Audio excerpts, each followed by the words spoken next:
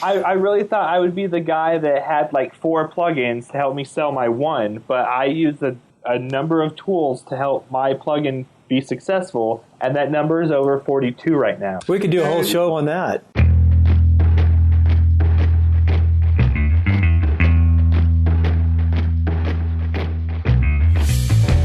Welcome to WP-Tonic, episode 51. Today we have Russell Aaron, who is the lead organizer for WordCamp Vegas. And that's going to be the 19th and the 20th.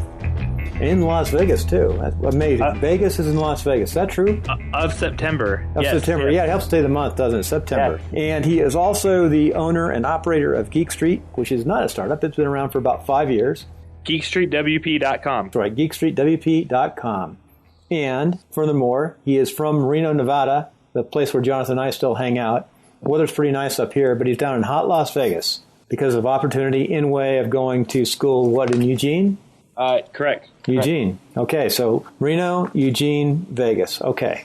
You ever get back up here to Reno? It's Reno, Eugene, Portland, Vegas. Oh, Portland, Vegas. Still close enough. Yeah, I come to Reno all the time. Every year for Hot August Night. We have a 70 Mach 1 that we put in Hot August Night. So we've been there for a while. And we go up there all the time. I like to go jump in the lake in Tahoe. I'm a big fan. Grew up around Tahoe a lot. You'd be surprised to hear, Russell, there's a few people who like to throw me in the lake. I'm with a weight in the middle of it. Right. Right, thanks, Russell. Thanks for agreeing to come on the show. Like, Russell's been involved in the WordPress community for a number of years. He has been a presenter at Reno WordCamp, and he's been involved in the WordPress community in Las Vegas for a number of years. And he's come on the show pretty short notice because we thought he would be a great member of the WordPress community to kind of help us finish talking about WordPress backup, how important it is, and then go on about WordPress Las Vegas, which hopefully WP-Tonic will be sponsoring this year, and also give some tips, some insights to people who might be thinking of becoming a lead organizer for a WordCamp. Thanks for coming on the show, Russell. Hi, big fan. You know what? You know what it is? I'm not part of SAG, so you guys got me cheap. That's what it was. Exactly. Yeah, that's it. Got it in one. We've had a couple of weeks where we've extensively talked about backups, and then we had a special last week because it was our 50th episode, and we had the Viking Morton from lynda.com for 2.5 hours. We're not going to do that today. We're not going to do that today, so don't worry, Russell. So basically, we've talked about plugins, we've talked about WordPress hybrid systems like VaultPress, which is a plugin. So have you got any thoughts based on your many years of founding a support company around backup? What plugins do you seen people use that you like, and what's your basic advice around backup, Russell? The first advice that I always give to everybody who is starting with WordPress is you should learn how backups work first. Because when you make a backup and import it and bring your site back online, you're going to have to make another backup in case something goes wrong. You know, like, I think backups are more important to learn than theme development, plugin development, anything along those lines, because having a disaster plan is a lot better than not having a disaster plan. I have it on my wall behind me. It says backup WordPress, and then below it says make WordPress. And it reminds me every day to back it up before you work on it. You know, I back up WordPress every single day. But I use a host, and the host does it for me. I haven't made a backup since 2011, I'll be honest. I haven't made a backup since then because my host does it for me. I don't use any plugins. I don't do anything like that. If I were to use a plugin, I would use something like Backup Buddy. Yeah. I used to use Backup Buddy before I got onto my host, but who's your host? WP Engine. Okay, yeah. We're very familiar with WP Engine. Yep. So I haven't made a backup in forever, and if I need to, I click a button and it's done. You know, I can't argue with that. Yeah, I think WP Engine are a great hosting provider. I choose not to host with them for other reasons. I love how you segmented into that. I think they're a great host, but I chose not to go in with them. Well, it's just that, some of the plugins, it's not like most things in life, Russell. It's not black and white. They're a very reputable company, love them dearly, but their plug-in policy, I understand it, it's logical, but there were some plugins that I was using and some of my clients were using that we didn't want to give up, and WP Engine wouldn't support them. So we had to part company, but it wasn't a scenario where there was any bad taste or anything. Sure. I understand they have their policy. They've got to look after the bigger, broader group that they're looking after. So it's one of those situations where there's nothing wrong, but we had to part company. Sure, no, fair enough. They've been a sponsor of WordCamp Vegas since 2011, and so I've been a fan. I know a lot of them personally, and 3 of them are coming to speak at WordCamp Vegas. What? So, we're friends. Yeah, and like I say, I think I think they're one of the better specialised hosting providers in the field. I think there's about 4 or 5 that I think are really good. I probably, if you're using WP Engine, you probably can just use them. If you're using, would your position be the same if you're using a more generic hosting provider? Probably not. You would advise that maybe the client had more of a plugin, their own control, probably, wouldn't you? So when we offer support to people who are not on a managed host like that, I always recommend that they get some kind of backup with a host if it's available. Like GoDaddy will do snapshots, so will Media Temple, stuff like that. I always recommend that being a backup, and then using something like Back WP Up. It's a free plugin. And doing that, and having 2 different kind of backups. You can never have enough backups. No. But when you let the host control it and you keep a copy, it just makes more sense than hoping one source has a copy. Yeah, I think that actually, when there's a couple of my own sites that I would not be happy if basically I've got 3 backups. Sure. I've got the host, I've got my main backup plugin, and then I've got a third-party system that also WP manage WP. Yep. So I've got redundancy in 3 levels, and that means I can sleep at night, see, Russell. Well, I mean, again, I haven't personally made a backup for a while because everything we do is we build locally and then we push to like a Git repo or an SVN. And so for whatever reason, if something goes down with a plugin, a theme, whatever, I can push that up, not a problem. As far as the database, I know my host has that covered, and Backup Buddy or Back WP Up or even WP to Dropbox, they're going to make that backup. So I can sleep better knowing that. But I like automation, and the less I have to do, the better. Yeah, that's great. Hey, Jonathan, quick question. Yes, go on. Okay, your site goes down. You've got the 3 redundant systems. Yep. What's going to be your first step to recover your site? My personal backup, and then if that doesn't work, I would go to the hosting provider, and then I'll probably use my managed backup. It just depends. So using your plugin. So for me, I would go to whatever was the closest time date to when the site went down.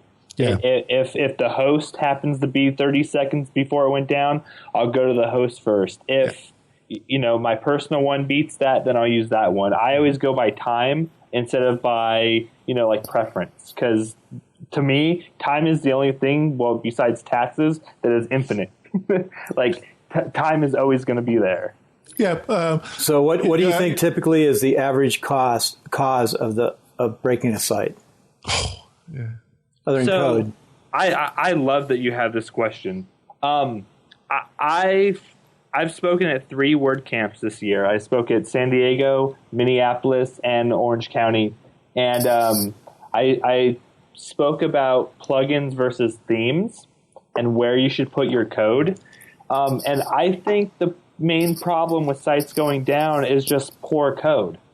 Because you can write poor code in the theme and you can write poor code in the plugin, and it doesn't matter where it is. If it's bad and it's going to go down, you know? So I think the main reason is just poor code. And I'm not saying poor as in you don't know how to write code. Maybe you put a period in the wrong place. That can cause the site to go down. Maybe you forgot to close a function. That can take a site down. It's just a person takes it down. It's not a plugin. It's not a theme. It's a person who writes the code that takes their site down.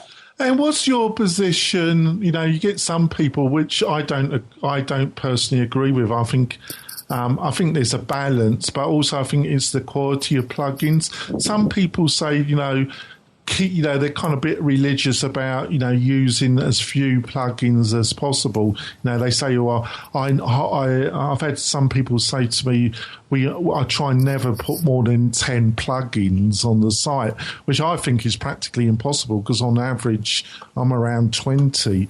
But they're all from people that I respect, I checked, I've used a lot.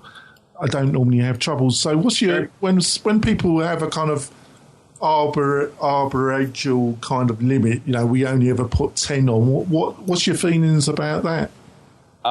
So Matt Mullenweg, the co-founder of WordPress, he has a right-hand man, and that guy's name is Otto. And Otto explained to a person at PrestigeConf, his name's Pippin Williamson. So he wrote EDD, he wrote Affiliate WP, stuff like that, pippin'splugins.com.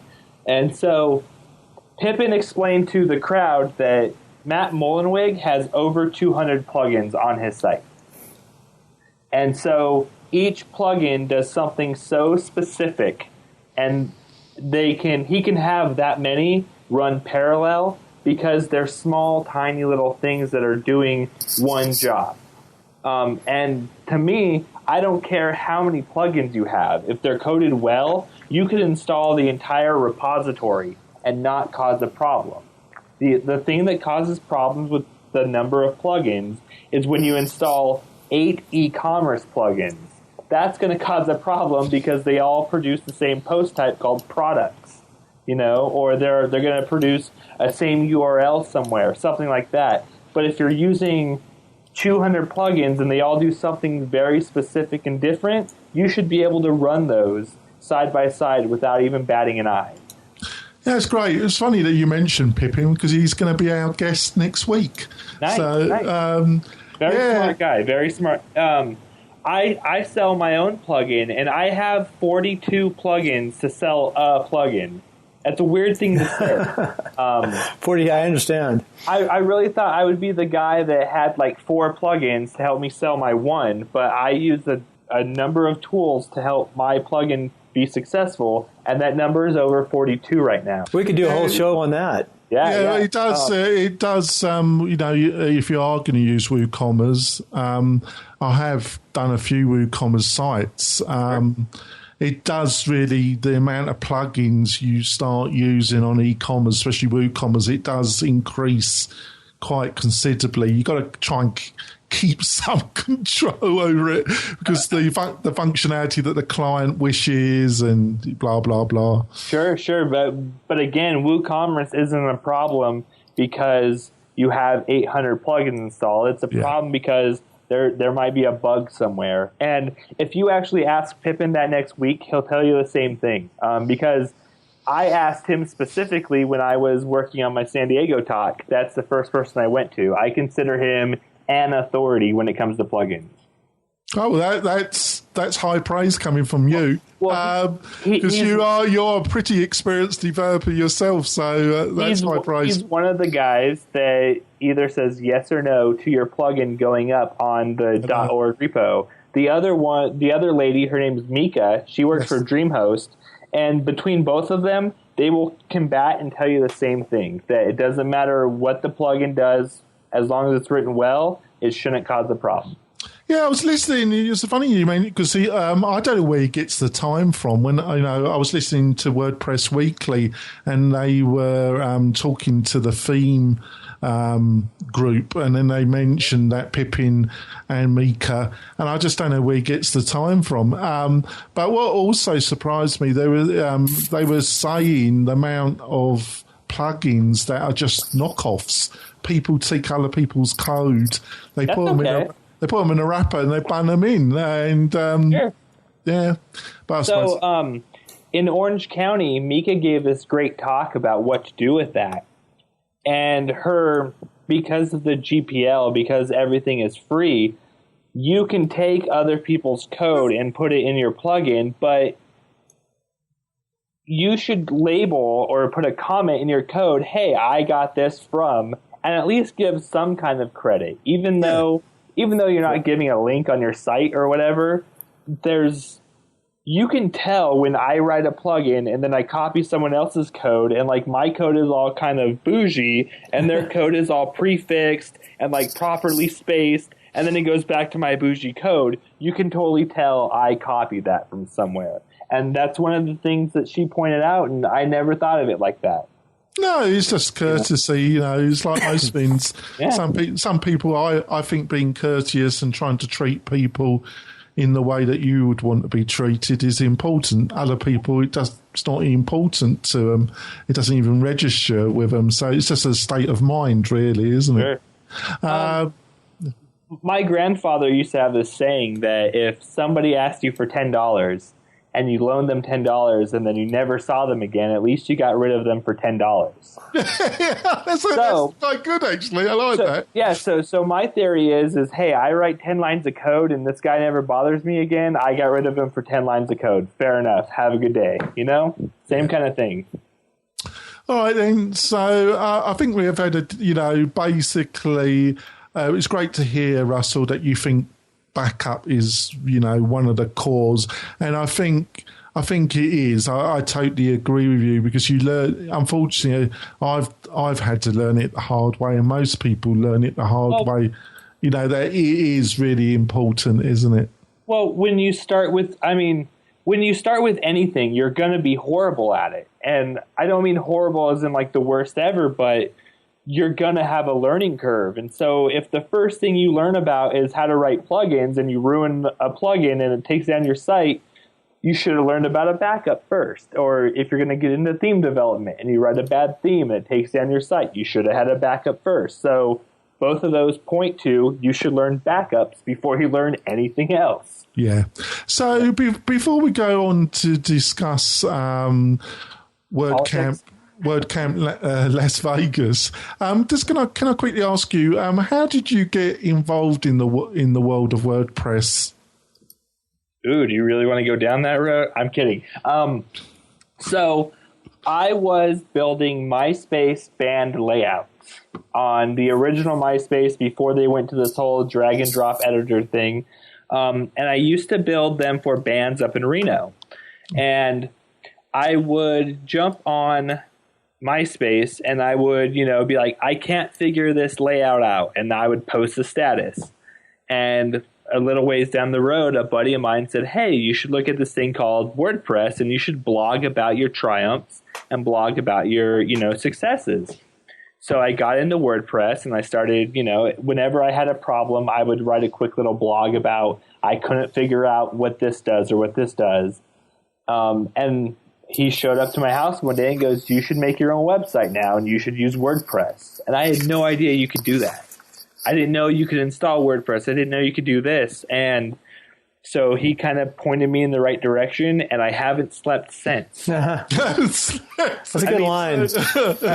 I mean, honestly, I'm an insomniac. I can sleep like 4 hours and then I can go another 36. I don't know what it is with me. I've always been that way. So when he showed me that, I mean, it was just, straight ahead. And that's where I've been ever since.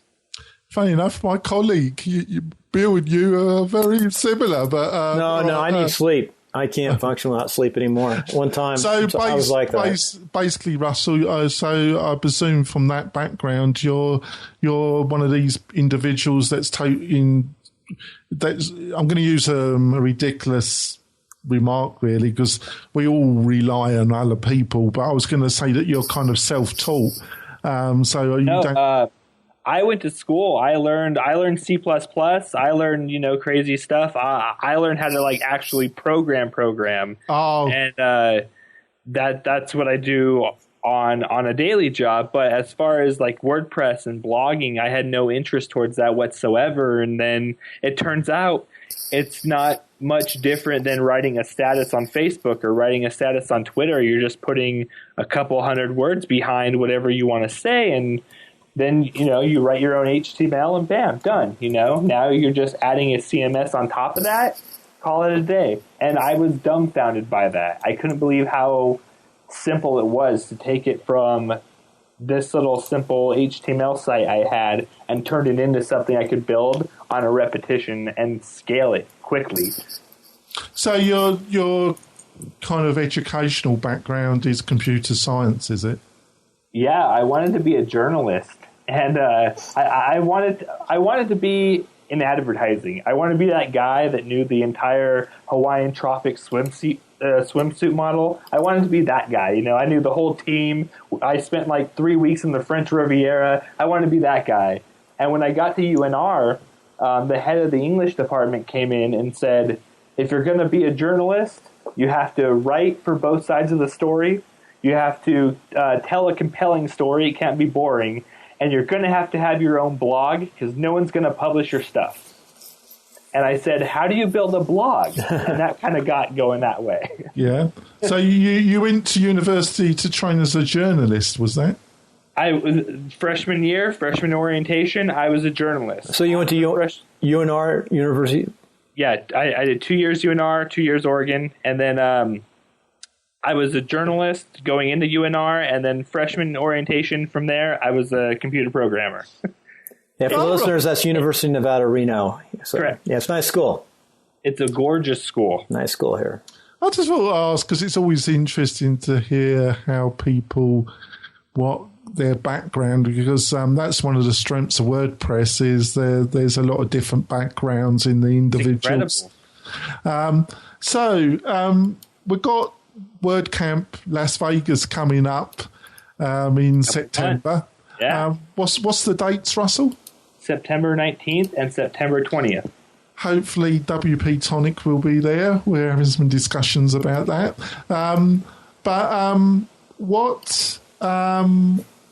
Obviously you can't declare because you're still organising it.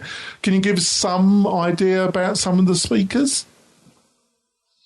So I had to dig really hard into our archives today.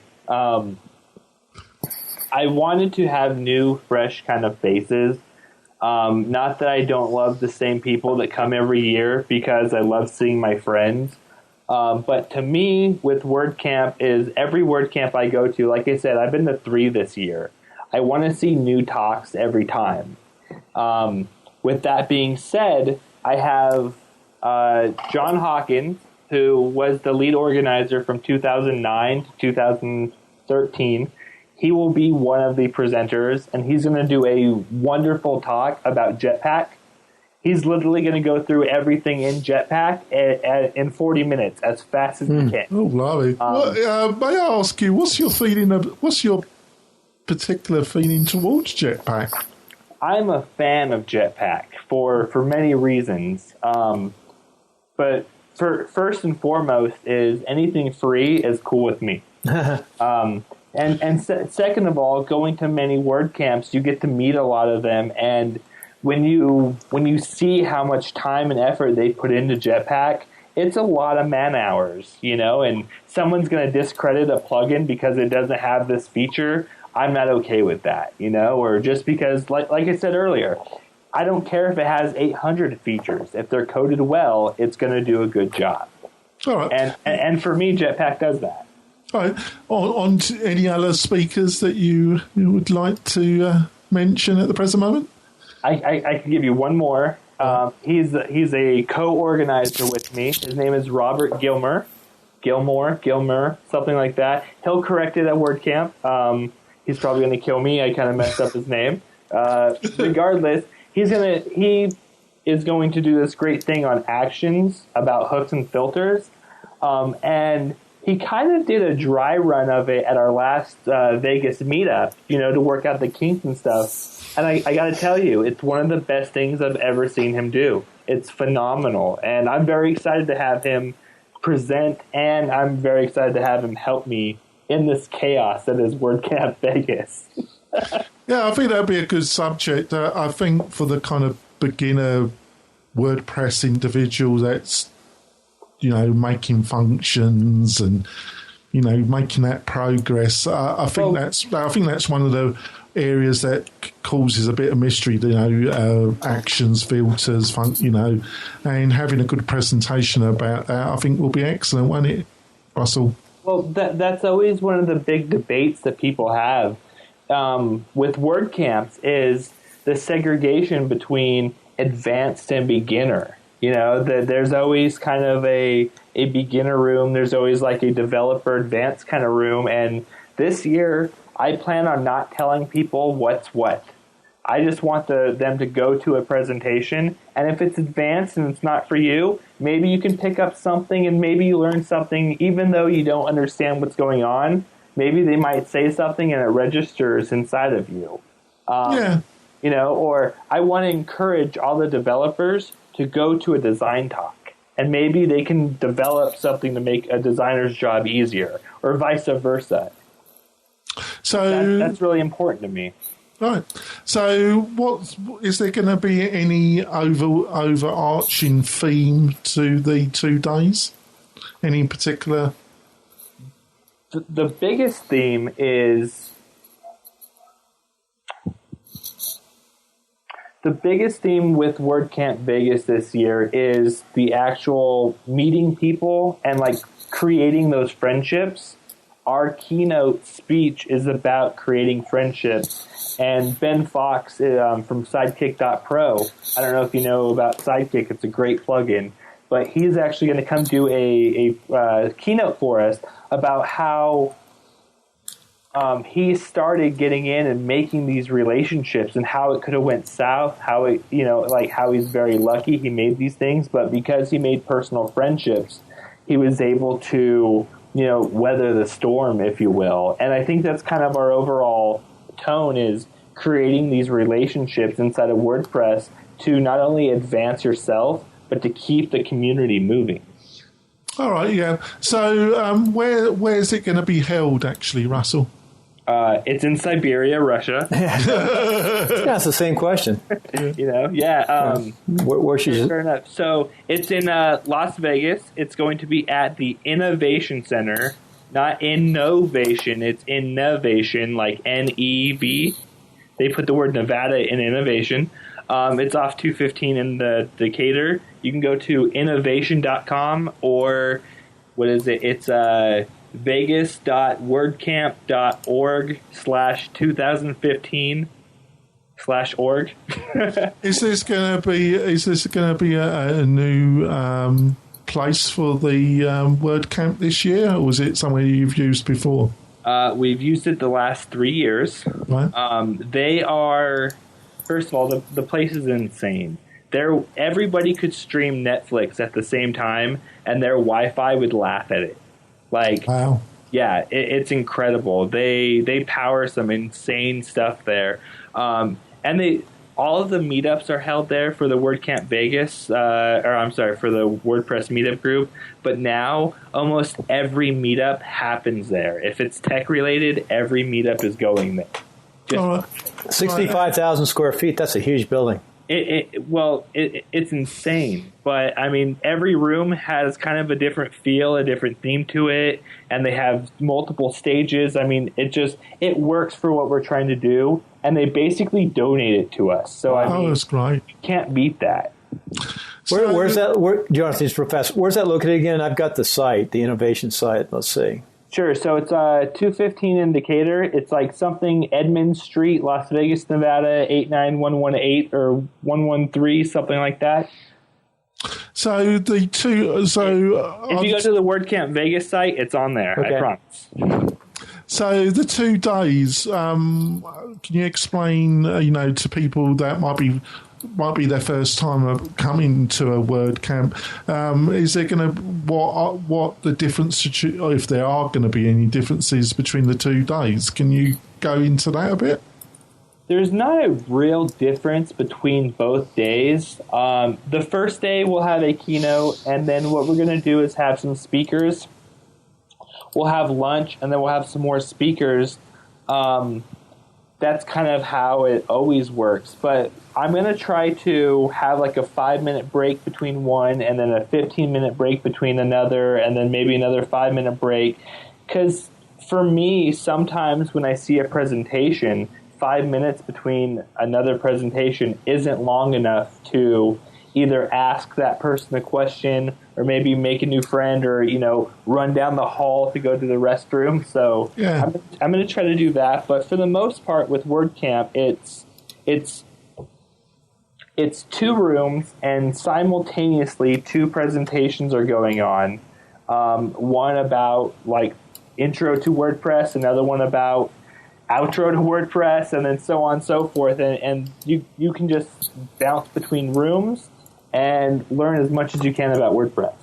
So are you going to adopt the kind of, I would say the traditional model where you're going to have a stream that's not quite so technical and then a more developer focused stream? You're not. Oh, you're not. Right. No. So what's going to happen is I might put a welcome to WordPress intro, and then I might put something like advanced right after it, and then I might put something kind of intermediate after that. And I don't want to like follow a suit kind of. I don't want to say, okay, if you're new, go in here, see you tomorrow, and if you're expert, go in here and see you later. I want everybody to mingle, because I sat in a room in Portland for Portland WordCamp a couple years ago, and it was in the developer room, but this designer was just talking about, she was in the audience, she was kind of heckling the guy, but she was making wonderful points about, hey, you should design this way, it makes a developer's job easier, and hearing that conversation, I would have never thought the two would have meshed, but now that I heard the way that she described it, I think beginners can learn from advanced people just as advanced people can learn from beginners. Yeah, I think that's well put, actually, Russell. The problem that I have with WordPress is that I don't like the way comments work. Like when you go read a plugin, I don't like the way comments work because somebody will just write, this plugin sucks. And the problem with that is I don't know how that person uses WordPress. I use WordPress and you use WordPress, and relatively we output the same thing. But you might use everything in a theme and I use everything in a plugin, and all you're going to tell me about why this plugin doesn't work for you is it sucks. Like, I want to know what didn't work for you. Did you have 8 different e-commerce plugins installed? Then I would understand why it kind of sucks. I understand. But they never offer that info. So I want to help solve that by getting people together and getting developers to learn from, I hate calling them new people, but the developers can learn from the new people and vice versa. Yeah, I think another thing when it comes to actual code and plugin is, really having a really clean way where if it is going to be removed, that if the individual decides that your plugin isn't what they're looking for, that it can be removed cleanly and satisfactorily. and not leave a trail.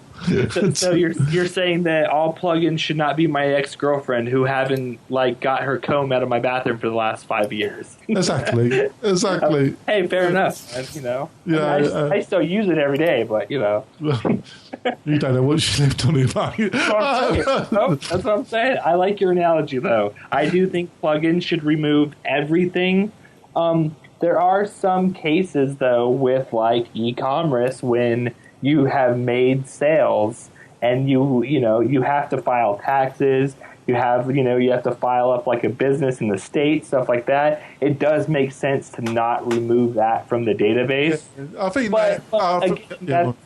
that's a per instance basis. There should be an option. Would you like us to dump it or would you like us to keep it? Yeah. That's what I was going to say myself. Thanks. Yeah. Russell. I mean, that's a very good question to ask Pippin. How does he feel about when plugins leave? Do you do this? I think that's very good. Yeah, thank you. I'll see you guys in the future. That's what I do here. All right. All right, Russ.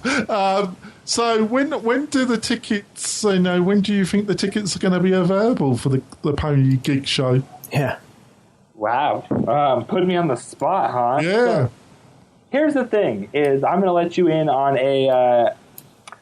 I'm going to let you in on an inside. I'm going to let you backstage, if you will. Get it? Because please do.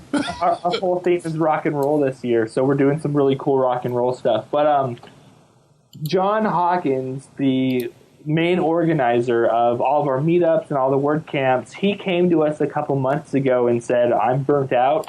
I can't kind of do it." He can do it. He just didn't want to do it. I stepped up and said, I want to do it. And in result of that is I had to inherit what has already been done. And not that nothing was done, but there was enough done to where I need to figure out what has already happened. And then we have to test before we make it live. I do want to say, hold on, today is the 22nd, 23rd? Today is the 23rd. I do want to say they will go on sale before August. That is for sure. But I want to say that they're going to go on sale the 28th or the 29th of next week. So Tuesday, Wednesday of next week, I think is a very realistic goal. Oh, well, that's a great answer. I don't think anybody would expect, for the reasons that you've explained, I don't think anybody would criticise you if it got delayed a few days. I know I wouldn't. Yeah. LA sold out. It sold out on the first day, didn't it? We got tickets. Yes. I am sponsoring it, Bill, so we were going to get some tickets anyway. I had tickets. I guess we have to sell our tickets back then, right? Yeah. I don't know what's going to happen there. What's really cool about LA is Alex Vasquez, who is incredible. He gave a great presentation in Orange County just about being a person. It was nothing WordPress related. It was just about him being a person. He's been doing that for so long that he could put all of LA together in a week. That's where he has a huge advantage over me when it comes to WordCamps, is that he can make 3 phone calls and have all of his sponsors, all of his speakers, and everything lined up. And the hardest thing he has to do is go pick up a pack of ice day of WordCamp, So what happened? Did you sell out tickets last year? Yeah, we've sold out every year, and it's something that we try very hard to do. And we don't increase the number of tickets because we only have a limited space, but there will be 220 tickets available, and they're first come, first serve. First come, first serve. Right. So, because that is the difficult thing, because obviously, it would be nice if you could go to provide more tickets, but then you've got to find another venue, and the present venue sounds really lovely, and they've been very generous, haven't they? Yeah. They're very generous, and something that, we could always offer an early bird special, and then we could have a general to the public sale. But I think just putting all the tickets up for front and first come, first serve is so much better than kind of toying with people like that, So that's what I want to do, is just come and get them, put the whole basket out, and hope people will get what they want, So I think we go on to your experiences and the kind of advice that you might be able to give to somebody that might be teetering on taking on the lead to organise their first WordCamp. So can you give some what do you think they need to understand to make the decision that they should do it or they shouldn't do it, and then maybe give some tips, some things that maybe people haven't thought about that you think is important? Sure. First of all, I would like you to get a Reno Tahoe WordCamp back up. I think that'd be great. I'm going to nominate you to get that ball going. Thank you, Russell. Thanks for that. So, WordCamps now versus how... I got asked this question a couple weeks ago through an email. This is so much easier, by the way. Talking through a microphone is so much easier than writing an email.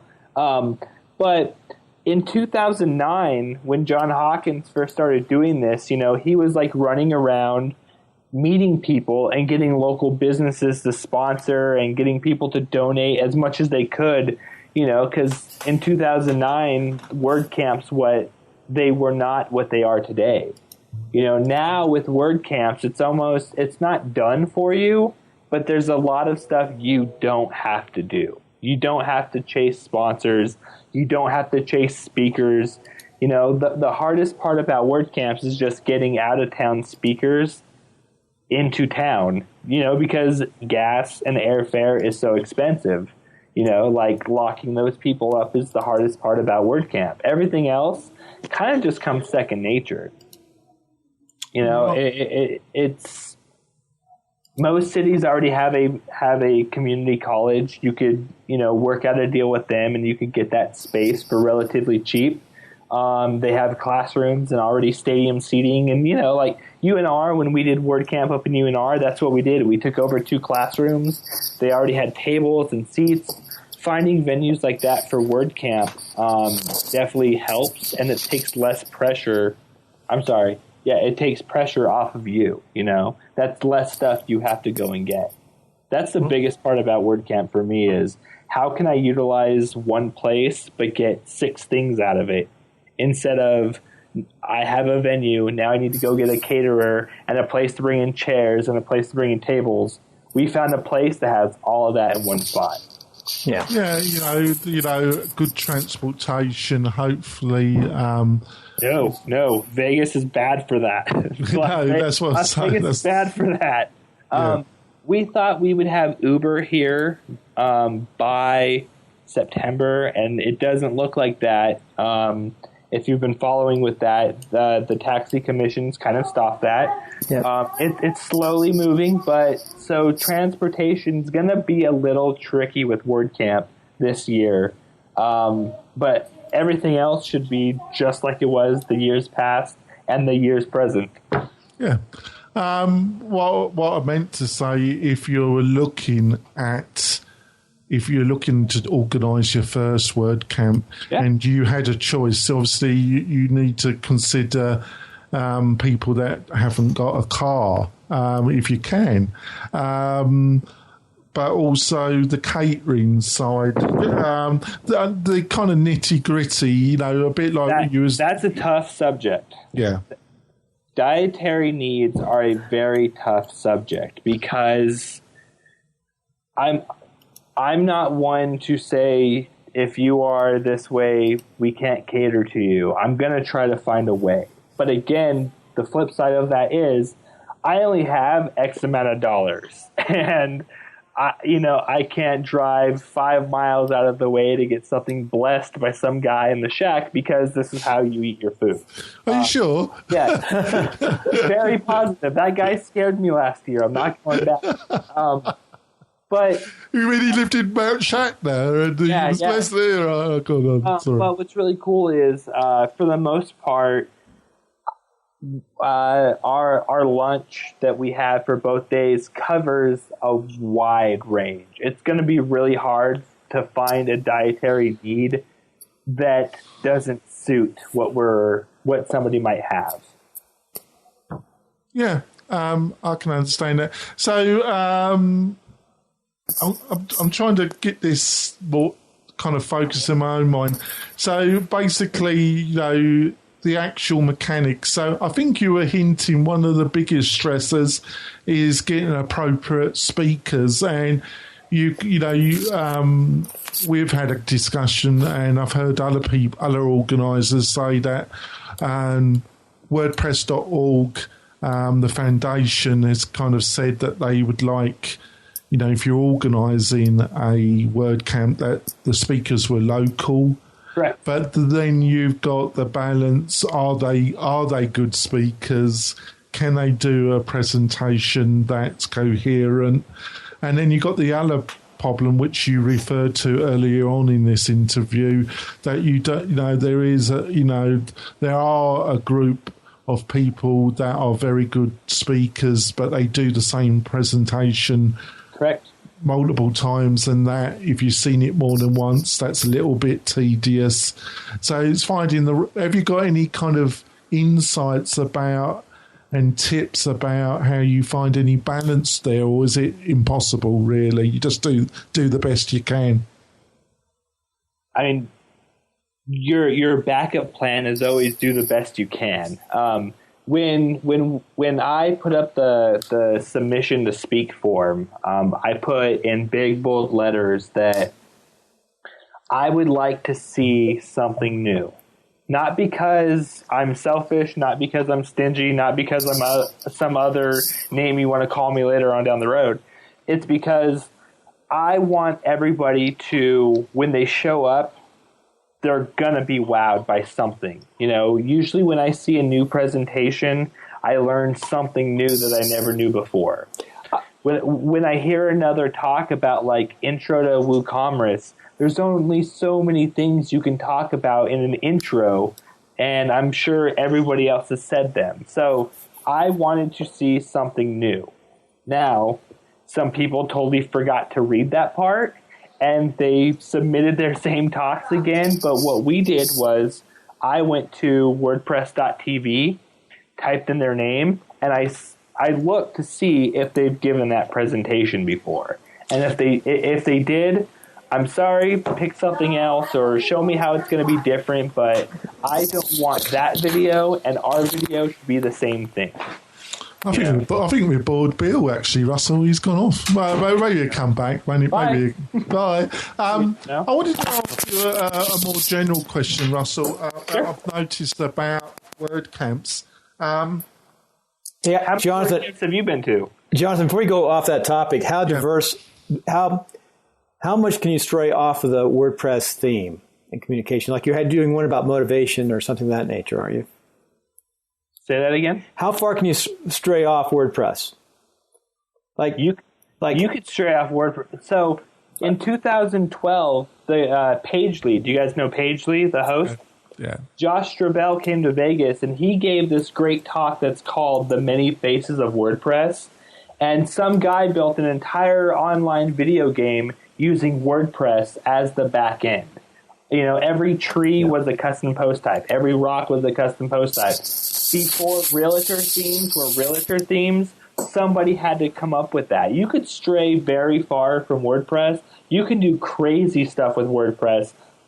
Just because it's known as a blog platform doesn't mean that's all you can speak about. I've seen people use WooCommerce and never sell a thing, but they've used it because you can do some interesting things to manipulate that data. There's a lot of stuff you could talk about. I don't think we need another welcome to multi-site talk. I think you could go read about how to get into multi-site without having another talk about it again. Well, funny enough, Bill's question was linked to my next question. Sure. Basically, obviously, because the developer, like Pippin and other well-known figures in the WordPress community, I've noticed a lot of WordCamps do have a strong developer orientation, but the actual audience is very diverse. You get a lot of people that come to it that might be more of a design focus, but also a large crowd of small business owners, people just interested in general. And how do you balance that? Obviously, you just don't want a load of SEO talks, but on the other hand, it wouldn't be the worst thing ever, right? I'm sure all the SEO talks could get us some SEO on the website. It's not a bad thing. Well, I didn't mean it that way. I mean, because I probably know more about that side of things. I'm not a hardcore developer, but if I'm focused and I have to do it, I can do a reasonable job. But I normally hire, if it's necessary, I'll hire somebody to help me. But I've been to some serious SEO conferences, and it can become very quickly almost as technical as a development presentation in WordPress. But I think these business owners, they're looking for they want to know the right way of setting up WordPress, the right way to hire people, the right way to maybe market their business utilising WordPress. Do you think that a lot of WordCamps really, how do they make that balance from a very diverse audience? And has this been one of the things that you've had to take in as you were kind of organising WordCamp Las Vegas this year? Part of the thing is that, you could ask for whatever it is you want, but whatever feedback or whatever submissions you get, that's what you have to work out of. So every instance is very different. There are times where I've seen WordCamps and they said, we're going to be a very beginner WordCamp this year. We love the developers, we love the talks, but we want to build our beginners up stronger to where we can get more involved with code next year. I've seen those kind of talks. I've seen those WordCamps where, they want to build up their beginners. I think it's great. What we've done here in Vegas is I don't care if it's for beginners, if it's for developers. I went off of what people want to know. Visual Composer is big right now. It's a very big plugin. Millions of people are using it. So I don't care if it's a beginner talk, if it's a developer talk, if it's about Visual Composer, I want it because it's relevant to what's going on now. That's how I picked that's how our team picked a lot of our stuff this year is it relevant to what we're doing currently in the space? If somebody comes to WordCamp Vegas and hears about Visual Composer, are they going to be able to go home and find an article written yesterday or written 10 years ago? That's the difference that I want to bring to Vegas is, you hear about Genesis, and Genesis is great, but it's kind of older. There hasn't been a big advance in Genesis. So we're not going to have too many of those kind of talks this year. Whatever's relevant, like with the REST API, with the brand new, with WP CLI using the command line, all that stuff is big right now. Those are the talks I want because they're so relevant. And they're fresh. They're new, And I think to your point, the reason why a lot of people talk about the same thing at different WordCamps is maybe a small part of lack of progression. There's a fantabulous guy. Fantabulous, such a word. He writes for Torque magazine. Are you familiar with Torque magazine? Yeah. So he does a new presentation every time, but he writes a blog article first. And he'll be like, hey, I want to learn how to build an options page. So he'll go and learn how to do it, and then that's his next talk for this WordCamp. And then he learns how to build meta boxes, and then that's his talk for this next camp. He's always learning. So when I look at somebody like him, I don't care if it's recycled material. I know he's going to give something different from his point of view, where a lot of people will just talk about an article they read 5 months ago and pass it off as their own, if that makes any sense. Yeah, it does. I think I'd like to ask maybe one other question and then see if Bill wants to ask you a couple of questions. I want him to ask two. Yeah, and see my co-host, but I just want to finish my question because you brought it up in your last answer. Because we had a very long and interesting conversation with Morton from lynda.com last week, and one of the we covered 4 main areas. One of those areas was the RESTless API, and it's been talked about a lot. And Morton did I thought, a superb summary of what it is and how it would affect the WordPress. And he seemed to say that it will fundamentally, when it does come out and it's really understood, it will fundamentally change what it is to be a WordPress developer, and it will be a fundamental shift in some way.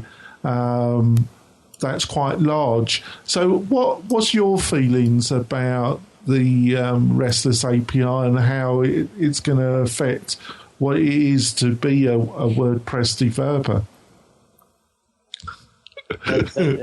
It's very interesting that you said that. One of our talks at Vegas is going to be extending the API to build mobile apps with it. And I think when you think about the API in terms of porting data to apps and using WordPress kind of as the back end and letting something else other than a theme be the front end, I think that definitely changes the idea of what a WordPress developer does. But I do think that it's more of a tool that we're going to use. I don't think it's going to be something to be forced. Again, I think everything is a per instance basis. Not everybody's going to need to use an API. A mom and pop shop that sells pizza and chicken wings has no use to use an API. Maybe they do. I could be wrong. But I just don't think they need it. And I think, there won't be like a split kind of parting the seas kind of thing, but I do think you will see a shift in what the term developer means when it's introduced, Yeah. I think your position is a bit like my own.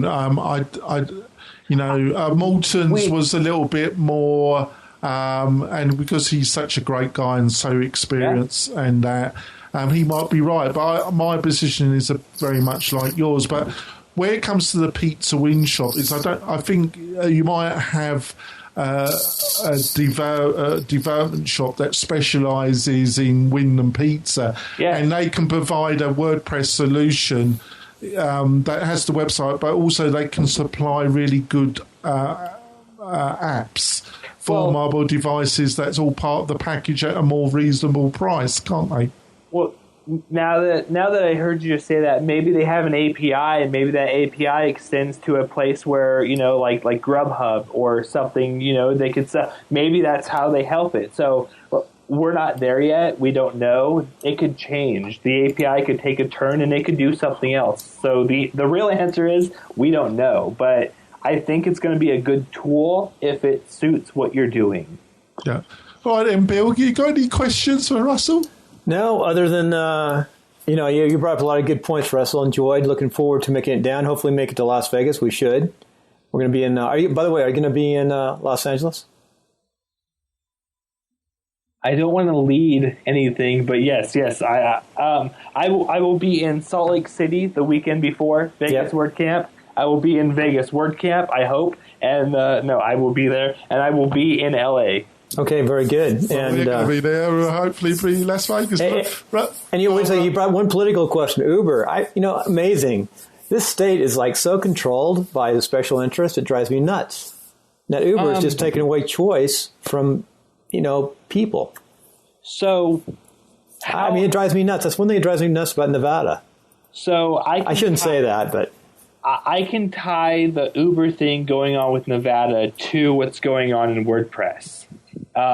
This is good. This is very good because Nevada, basically, it's the state level. It's all across the state, but even the councils, city councils, things of that nature. So I'm very big on trademarks, and I'm very big on if this is your property, somebody should ask you to use it before they just go and do it.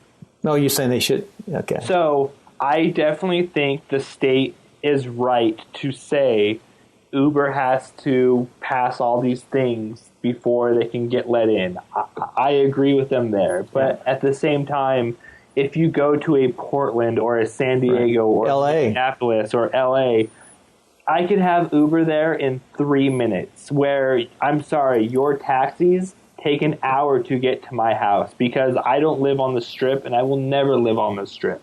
So I think, there should be a rush for Uber to get here to Vegas. Yeah.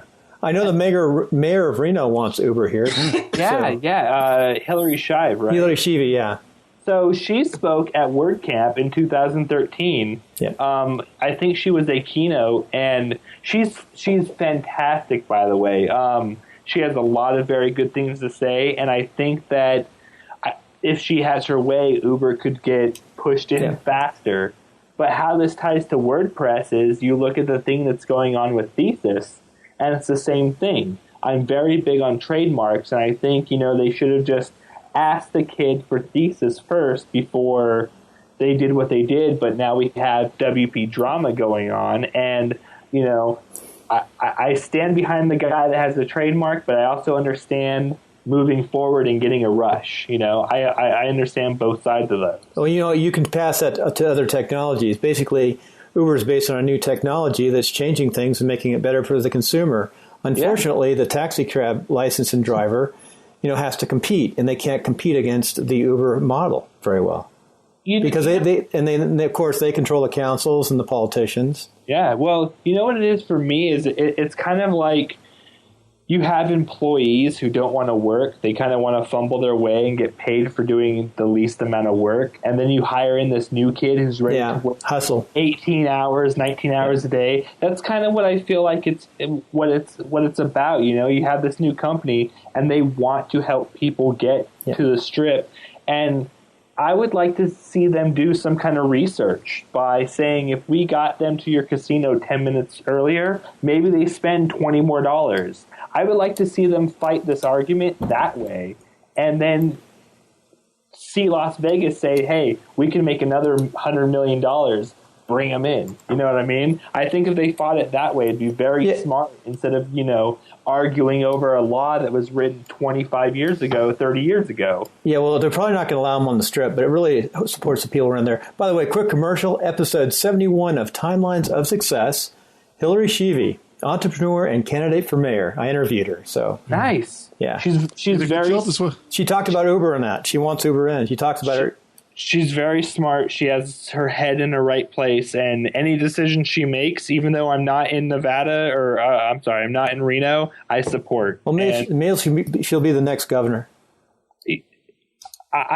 She could run for Senate. I would get behind her just because I've heard her views on a lot of things, and not that I'm for it. It's just that it's what I believe she said. You know.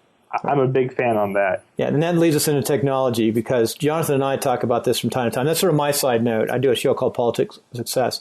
Nice. Why do some cities succeed when some cities don't? What's the key behind Silicon Valley? We love Reno, but one last question, Jonathan, if you don't mind. You went down to Las Vegas. You didn't come back to Reno, your home. You know how nice it is here. I would be there in a heartbeat. Like if you would let me come sleep on your couch, I would be there tonight. Jonathan and I talk about this all the time. I know what you're going. Keep on going. I would drive 8 hours nonstop through Tonopah to get to your house. I would be there in an instant. The thing with that is when I left Oregon to come down to Vegas, there is a really high unemployment rate. And what we were doing, we could hire people rather quickly. And that's why I chose Vegas. Bigger city. Yeah, the Zappos was still here, but they weren't Zappos like we know them today. Uh-huh. The whole Vegas tech scene, that's only in the last 3-4 years that took off. Before I came to Vegas, there wasn't a huge tech scene. It was purely numbers from the way I did business that drove me here.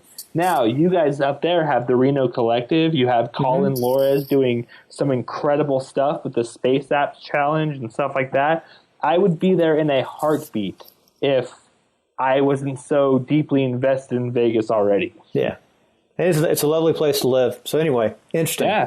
Well, you know what? You know what I love about Reno is you could get from Boomtown all the way out to the Alamo in like 8 minutes. Oh, I know. It's amazing.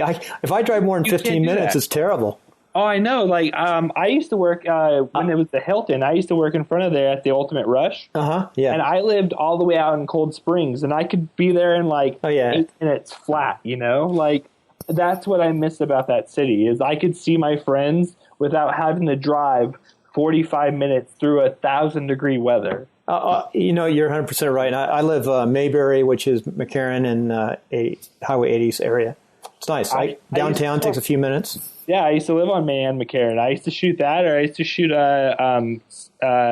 Kings Row all the way down. Yep. I used to shoot both those, you know, and I miss those roads very much. I never thought I would say that about Kings Row, but I miss that road very much. Yeah, somebody did a great job laying out Reno for getting around. That's amazing. And then compared to Las Vegas, Highway 15, oh my gosh. Yeah. It's a nightmare. And something I never realized, what's really cool, what makes Reno so important to me is Interstate 80 stretches across the country. Oh, I know. I get to drive on the same road in Interstate 80 Reno that somebody in Ohio is driving on Interstate 80. Yep. I've never been on I-80 that was not in Nevada until I went to Michigan. We drove down to Ohio, and I was on I-80, and I went, this is weird. Like, it is weird, isn't it? I feel like I'm cheating on Reno here, because I didn't know it stretched that far. I mean, I was a kid, but still, like, I didn't know it stretched that far. And now seeing that Reno is a major stop on a major highway across the country, it kind of makes me miss Reno even more. Now that I'm even talking about it, I miss Reno even more. Well, it's a good way to finish up. So we'll have to have a WordCamp up here for you. Right, Russell. Let's thank plan you for it. I will help. All right, Okay. Thanks, Russell. You've been a great guest, and you've given a lot of insights about Las Vegas WordCamp coming up. You like to give the 2 dates again, Russell, when it's going to be held? I can give you 2 dates, or I can give you the actual 2 dates. The actual 2 dates. Let's make us Mike. So it's going to be September 19th and September 20th of 2015. Registration will start at 8 a.m. and the keynote will go on Saturday at 9 a.m. sharp.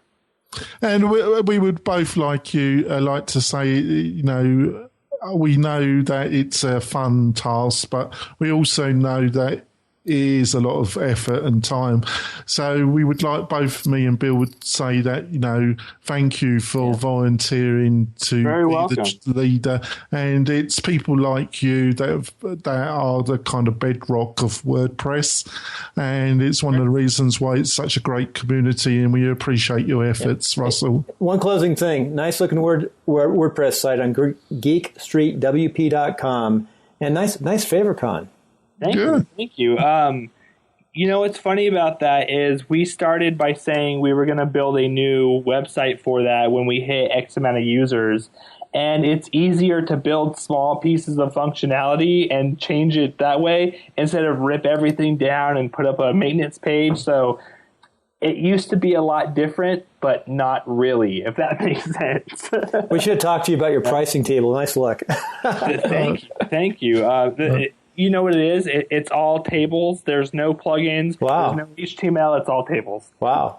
Whatever works. That's all about. That makes sense. I understand. Yeah. I'm totally kidding. It's a great plugin. If you go view the page source, you can find it. Yeah. Oh, you kidding us? I did. I pulled up your plugins and started looking at them. And I know the Jetpack is there. That's for sure.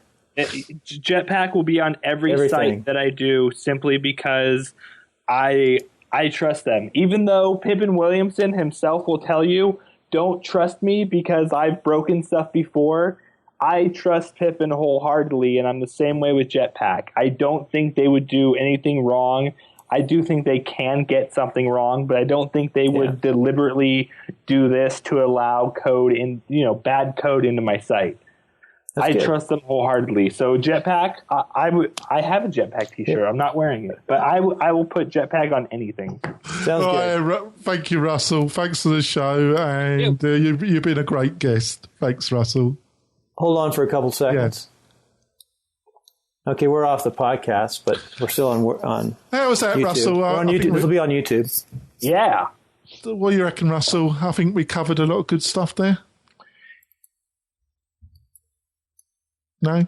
I was just going to leave you hanging. I think we talked about a lot of good things. I think we got to make a lot of good points. And you know what I like is not that people are wrong, but again, the truth of the matter is you use WordPress completely different than I use WordPress, and your opinion is going to be different than mine, and that's okay. You know what I mean? Like, I think a lot of people see that and they're like, oh, well, he says don't use this many plugins. Well, you don't know how he uses WordPress. You have no reason why he says don't use that many plugins. Where I'm the opposite. I say install them all. The more the merrier, you know? Well, I think you just have to follow common sense and learn, and it's always best to learn from other people that are giving you good advice and having a group. You know, I think if you're a business owner and you're relying on your website, even if you're not going to get involved that much in coding, I think going to the WordCamp, going to a WordPress meetup, if there is one in your town. You know, one of the problems of Reno is that I'm trying to build this maintenance company, and also I've got this other company that it's just been running SaaS. This SaaS that's taken me over a year to code up, and I've been involved in the WordPress group for a couple of years. So has Bob. And Mike Fitzgerald still supports it quite heavily, but he's very busy. And we have tried to get the numbers up. And I was with Mike's help. I was running it, and I've had to cut back a lot because I've got these two companies, and I'm doing client work as well.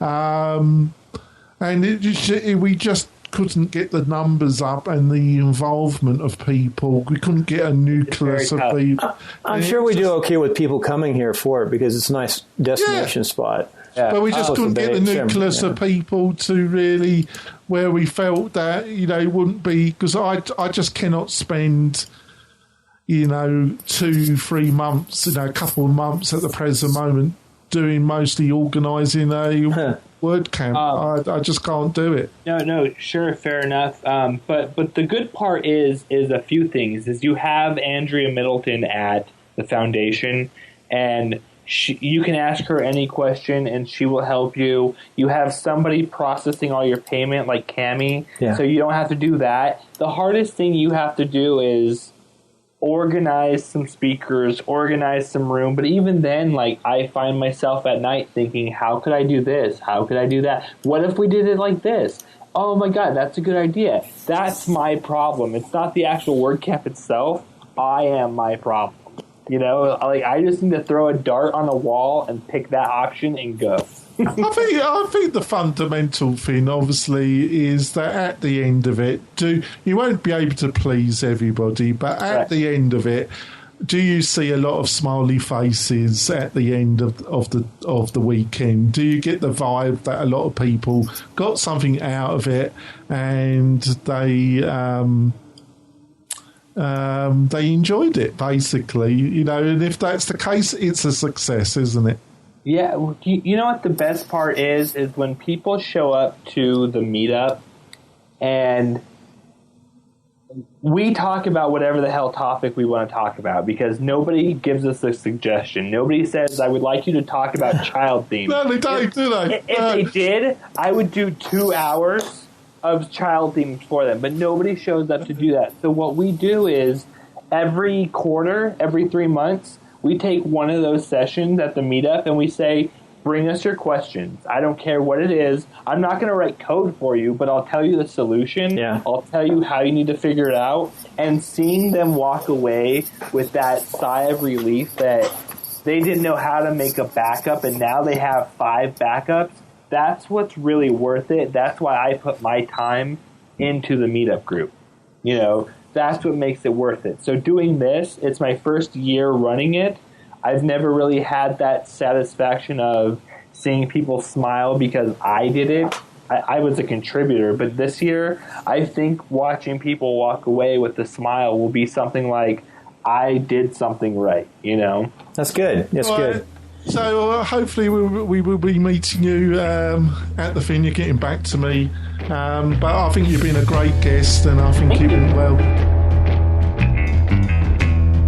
Having the right website can be a game changer. It is your platform, and with website hosting, marketing, design, all being critical parts of the equation, it can be a daunting task. But there's good news. You don't have to spend months learning WordPress, list building, and SEO for your podcast website. Get up and running fast. We have the solution. Join Podcasters Home today, and for a limited time, we'll set up your website hosting, list builder, and create a custom podcast website. Go to podcastersHome.com/July or call me at 775-233-8065, and until close of business July 31st, 2015, get 25% off membership and website podcasting services.